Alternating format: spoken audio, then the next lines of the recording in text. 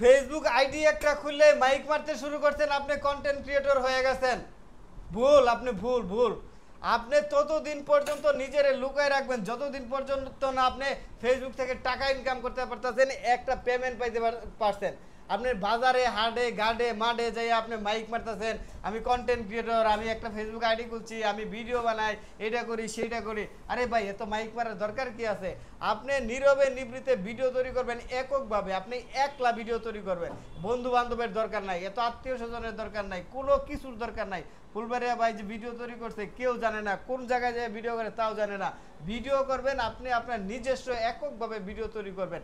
এত হই হুল্লোড় করার কিছু নাই, এত জাঁকজমক করার কিছু নাই। আপনি একেবারে ছোট থেকে শুরু করেন, একেবারে প্রান্তিক পর্যায় থেকে শুরু করেন, একেবারে শেকড় থেকে শিকড়ে যাওয়ার পরিকল্পনা করেন, তাইলে আপনি যাইতে পারবেন। অন্যথায় আপনি হারাই যাবেন একটা সময়। আপনি প্রথমে শুরু করলেন ফানি ভিডিও, 4-5 জন বন্ধু বান্ধব লইয়া শুরু করে দিলেন। বাপ মাই কইব, পোলা পানে কইব, পাড়া প্রতিবেশীরা কইব, এই যে আমার টিকটক পোলায় আবরছে রে, টিকটক পোলায়, এই টিকটক বাবাই আবরছে রে, এই টিকটক ভাইয়াই আবরছে রে, এই টিকটক করে কি আসতেছে, কত টাকা ইনকাম করতেছে রে। ওই পর্যন্ত যাইতে যে কি পরিমাণে ট্রাপ একজন মানুষ জানে, কি করেন ভাই, জানে না? ওই পর্যন্ত যাইতে আপনার অনেক সময় লাগবে। ততদিন পর্যন্ত মানুষের কথায় কথায় গাওয়ে গাওয়ে আপনি অতিষ্ঠ হয়ে যাবেন, এখান থেকে বাইরে হয়ে যাবেন, পরে মন মানসিকতা নষ্ট হয়ে যাবে। আড়ালে আবডালে শুরু করেন, আস্তে ধীরে শুরু করেন। মাইক মারার কিছু নাই। আপনার নিজের যদি প্রতিভা থাকে, যোগ্যতা থাকে, আপনি সবার সামনে উপরে উঠে আসবেন। তবে সবসময় লুকাই থাকার কোনো কিছু নাই, শরম লজ্জা পাওয়ার কিছু নাই। লুকাই থাকার আর মনে করেন যে নীরবে নিবৃত্তে একা কাজ করা এক জিনিস না, ঠিক আছে? দুই জিনিস। আপনি শরম লজ্জা পাইয়া যদি কোনো কিছুই করতে না পারেন, কথা না বলতে পারেন, তাহলে তো হইবে না। প্রয়োজন মতো সবার সামনেও আসতে হবে। কি বলেন, আসতে হবে না? হ্যাঁ ভাই, আসতে হবে।